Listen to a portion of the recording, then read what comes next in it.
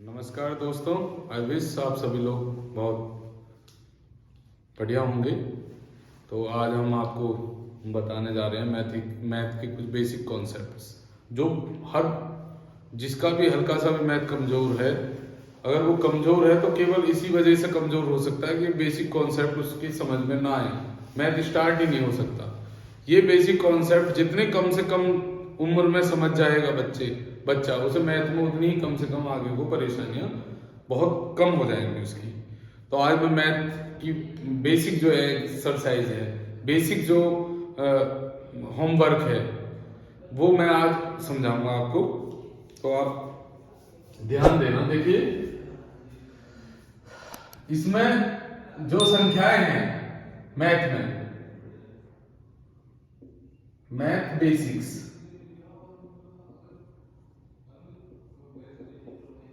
Math में जो संख्याएं हैं पूर्ण संख्याएं हैं,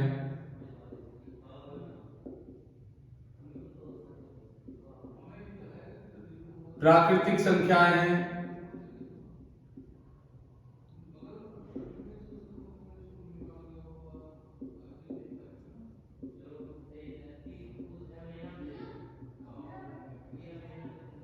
सम संख्याएं हैं,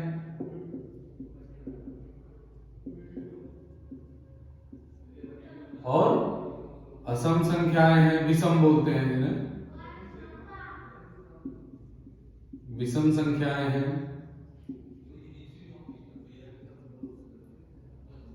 भाज्य संख्याएं हैं,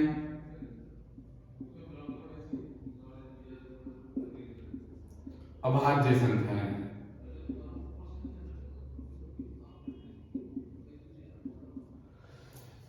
ये तो हुई संख्याएं। इनमें क्या है? पूर्ण संख्याएं। पूर्ण संख्याएं वो है 0, 1, 2, 3, 4, 5, 6 पूर्ण संख्याएं होगी। उसके बाद प्राकृतिक संख्या 1 से शुरू होती है, 1, 2, 3, 4, 5, 6। ठीक है। सम संख्याएं वे जो 2 से कट जाएंगी, यानी 2, 4, 6, 8 जो भी 2 से कटेंगे पूरी 2 का भाग 2 एकम 2, 2 दूनी 4, 2 6 सब में चला जाएगा। विषम संख्याएं तो 2 से नहीं कटेंगी, 1, 3, 5, 7 ये विषम संख्याएं होंगी। ठीक है। भाज्य संख्याएं तो किसी से भी नहीं कटेंगी खुद के अलावा। और अभाज्य संख्याएं क्या है? जो भाज्य संख्याएं तो सबसे कट जाएंगी। अभाज्य एक सही शब्द अभाज्य संख्याएं वे जो एक के अलावा किसी से नहीं कटेंगी या स्वयं उससे कटेंगी। तो ये संख्याएं हैं। अब संख्याएं कितनी तरीके की होती हैं? अच्छा, इसमें एक क्वेश्चन ये भी उठता है कि क्या प्राकृतिक संख्याएं जो हैं वो पूर्ण संख्याएं हैं? तो हाँ, प्राकृतिक संख्याएं सब पूर्ण संख्याएं, क्योंकि ये सारी है। लेकिन सारी पूर्ण संख्याएं जो 0 भी है वो सारी प्राकृतिक संख्या नहीं है। अगर ये क्वेश्चन बने कि प्राकृतिक संख्याएं सारी जितनी पूर्ण संख्याएं वो क्या प्राकृतिक संख्याएं हैं? तो प्राकृतिक संख्या नहीं है। तो ये समझ में आई सारी चीजें हमारे। अब संख्याएं कितने प्रकार की होती हैं? इसे मैं मिटा देता हूं, थोड़ा नीचे लगेगा।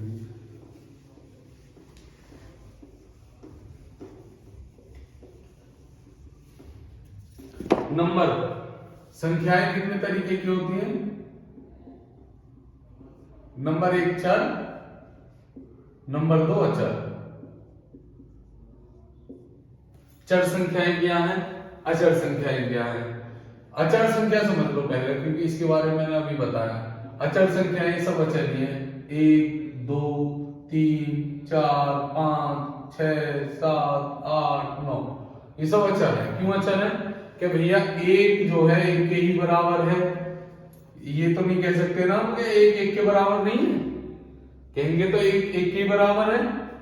हम 0 0 के बराबर ही बोलेंगे, ये थोड़ी ना कहेंगे 0 0 के बराबर नहीं है। यानी ये कांस्टेंट है, अचर है। जीरो जीरो के बराबर है ये थोड़ी नहीं कहेंगे जीरो जीरो के बराबर नहीं है, दो दो के बराबर है ये नहीं कह सकते कि दो दो के बराबर नहीं है, ऐसा नहीं कह सकते। यानी ये जो है कांस्टेंट है, ये क्या है, कांस्टेंट है। जबकि चर जो है, चर क्या है, ये है, ये बदल भी सकते हैं। जैसे मान के चलो x माइनस 2 कर दिया बराबर 0, तो यहां x की वैल्यू कितनी आ जाएगी 2, ठीक है। x माइनस 4 बराबर 0 अगर लिखो तो यहाँ x की वैल्यू क्या है, 4 है। संख्याओं के अलावा कोई भी चीज है, x हुआ, y हुआ, z हुआ, ये कुछ भी हुआ, a हुआ, b हुआ, c हुआ, ये सब कैसे नंबर बोले जाएंगे, ये बोले जाएंगे चर नंबर, ठीक है। अब ये सारी चीजें तो मैंने आपको बता दिया, चर है, चर है। अब ये आपने यहाँ ये चीजें शायद अगर आपके समझ में ना ही होंगे, x यहाँ -2 था बराबर 0, लेकिन यहाँ x बराबर 2 हुआ, तो इसे मैं एक दूसरे पॉइंट से आपको समझा देता हूँ। उसमें आपको मैथमेटिकल जो ये चिन्ह है, प्लस माइनस, डिवाइड, मल्टीपल, ये जितने भी हैं ये समझने पड़ेंगे। देखिए जीरो जो है, जीरो एक ऐसी संख्या है, इसका किसी में मल्टीपल करो तो 0, इसका जो है इसमें किसी का भाग दो तो 0, और इसका किसी में भाग दो तो इंफिनिटी आ जाता है। जीरो की क्वालिटी देखो आप, जीरो के किसी में गुणा करो तो 0, जीरो में किसी का भाग दो तो 0, लेकिन जीरो का किसी भी संख्या में भाग दो, 1/0 कर दो, 2/0 कर दो, तो भी इंफिनिटी भी आना है, क्योंकि किसी भी संख्या के नीचे अगर 2/1 करेंगे तो 2 आएगा, क्योंकि हमेशा हर संख्या के नीचे 1 माना ही जाएगा, 0 नहीं मान सकते, नहीं तो इंफिनिटी में फिर उसका मतलब। इसलिए हर संख्या के नीचे हमेशा हम 1 मानेंगे, और हर संख्या में हम हमेशा 1 ही गुणा मानेंगे। 1 छिपा रहता है उसमें, गुणा में और भाग में 1 छिपा हुआ मान के ही रखना है आपको हमेशा। कभी भी आपने कोई 4 नंबर लिखा तो 4 को आप कैसे लिख सकते हो, 4/1 भी लिख सकते हो। 4 में 1 भाग में भी छिपा हुआ है, 4 में 1 गुणा में भी छिपा हुआ है, क्योंकि तीनों की वैल्यू कितनी है, 4 4 4, ठीक है। ये बहुत काम आने वाली चीज है, 1 छिपा हुआ है इसमें, ठीक है। 1 भाग में और गुणा में छिप जाता है, अदृश्य रहता है, ये ध्यान रखने वाली चीज है, समझ में आया। अब हम चलते हैं प्लस माइनस पर।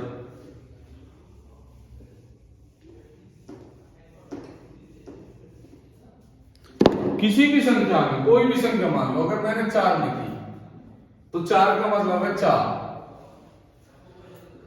इसे मैं 4 बराबर प्लस 4 भी बोल सकता हूं, ठीक है।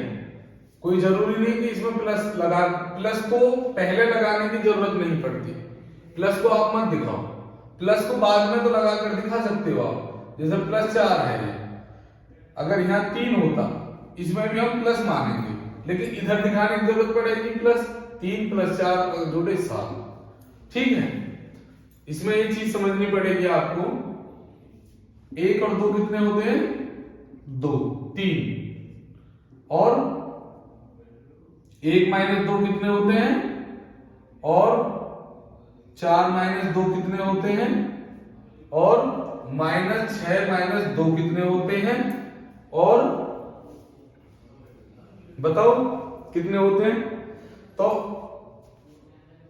1 में से 2 घटा दिया तो 1 कह दो, 1 में से 2 पहली बात घट नहीं सकते, घटेंगे, लेकिन चिन्ह उस संख्या का आएगा जौन सी संख्या बड़ी होगी। अच्छा, किसी भी संख्या जौन सी संख्या बड़ी होगी, मतलब उस संख्या का चिन्ह आएगा जो संख्या बड़ी होगी। अब संख्या का चिन्ह कौन सा माना जाता है, हमेशा संख्या के बाएं हाथ पर, जैसे इसमें कौन कौन सी संख्या, 1 है 2 है, तो इसमें 1 का चिन्ह क्या माना जाएगा, बाएं हाथ पे।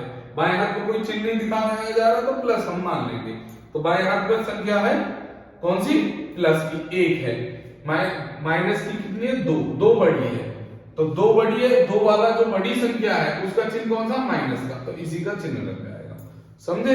बिल्कुल ऐसे ही यहां देखो, यहाँ क्या है, 4 - 2, यहाँ घटेगा तो जरूर, क्योंकि प्लस माइनस में घटना है, लेकिन चिन्ह किसका आएगा, जोन सी संख्या बड़ी है, यहाँ कोई चिन्ह नहीं है, प्लस ही माना जाएगा, बड़ी संख्या 4, तो बराबर आ गया 2।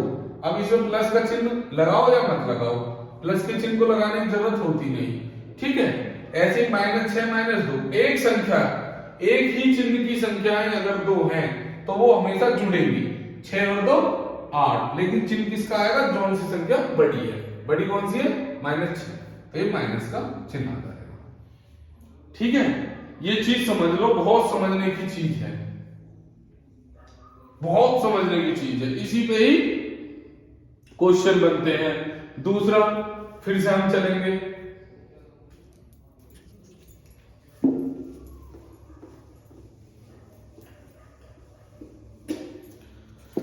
अब आती है हमारी गुणा, प्लस की अगर गुणा हम माइनस में कर दें तो क्या आएगा, माइनस, प्लस की अगर प्लस में कर दें तो क्या आएगा, प्लस, माइनस की माइनस में गुणा कर दें तो आएगा माइनस, प्लस, और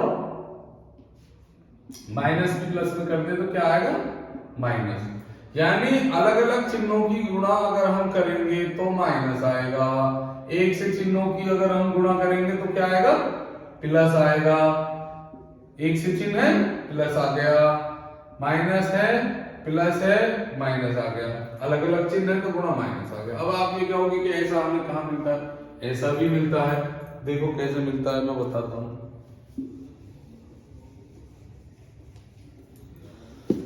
आपसे मैंने कहा -2 × -4 की गुणा करो, मैंने कहा -6 × 5 की गुणा करो, मैंने कहा 7 × -2 की गुणा करो, मैंने कहा 8 × -3 की गुणा करो, मैंने कहा -6 × -4 की गुणा करो, और मैंने कहा 7 × 4 की गुणा करो, कितना कितना आएगा। तो गुणा तो हो ही रही है, गुणा तो पहले कर ही दो, आंख मीच के भी, 7 चौक 28, 6 चौक 24, 8 के 24, 2 चौक 8, 6 पंजे 30, 7 दूनी 14। अब चिन्ह की बात है, चिन्हों की भी गुणा होगी, तो इसमें प्लस माना, किसी भी संख्या पर अगर चिन्ह लगा क्या माना जाएगा, प्लस, यहाँ भी प्लस है यहाँ भी प्लस है, प्लस एक से है, प्लस प्लस, दोनों पे कौन सा चिन्ह, प्लस आएगा, प्लस को लिखने की जरूरत नहीं है। यहाँ एक से चिन्ह माइनस माइनस गुणा होगी तो गुणा, एक से चिन्हों की गुणा होगी तो संख्या किस में आएगी, प्लस में। एक से चिन्हों की गुणा होगी तब प्लस में आएगी, जोड़ या घटाव होगा वो कंडीशन पहली है, उसमें उस हिसाब से होगा। 8 या 24, यहाँ प्लस माना जाएगा, प्लस और माइनस की गुणा होगी माइनस, ये एक से चिन्ह माइनस माइनस की, इनमें भी प्लस, प्लस को लिखने की जरूरत नहीं है, चाहे लिख दो, माइनस और प्लस की गुणा होगी, यहाँ भी जो कोई चिन्ह नहीं है तो प्लस माना जाएगा, प्लस का 5 माना जाएगा, इनकी गुणा होगी माइनस प्लस माइनस, ये यहाँ भी प्लस माना, प्लस माइनस माइनस, तो ये हमेशा होती है। सेम कंडीशन भाग में भी यही माना जाता है, मान लो ये गुणा ना होती,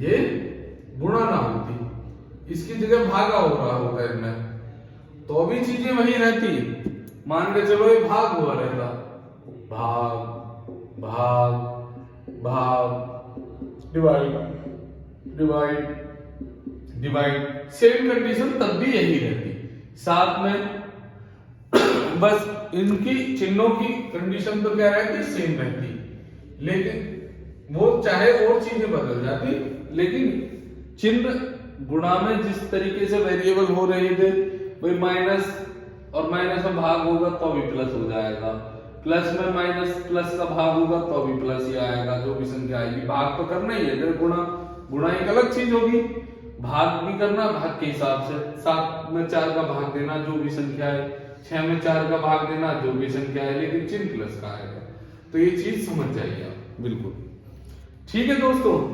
अब ये मेरे जहां तक मानना है कि ये सारी चीजें क्लियर हो गई होंगी। Thank you.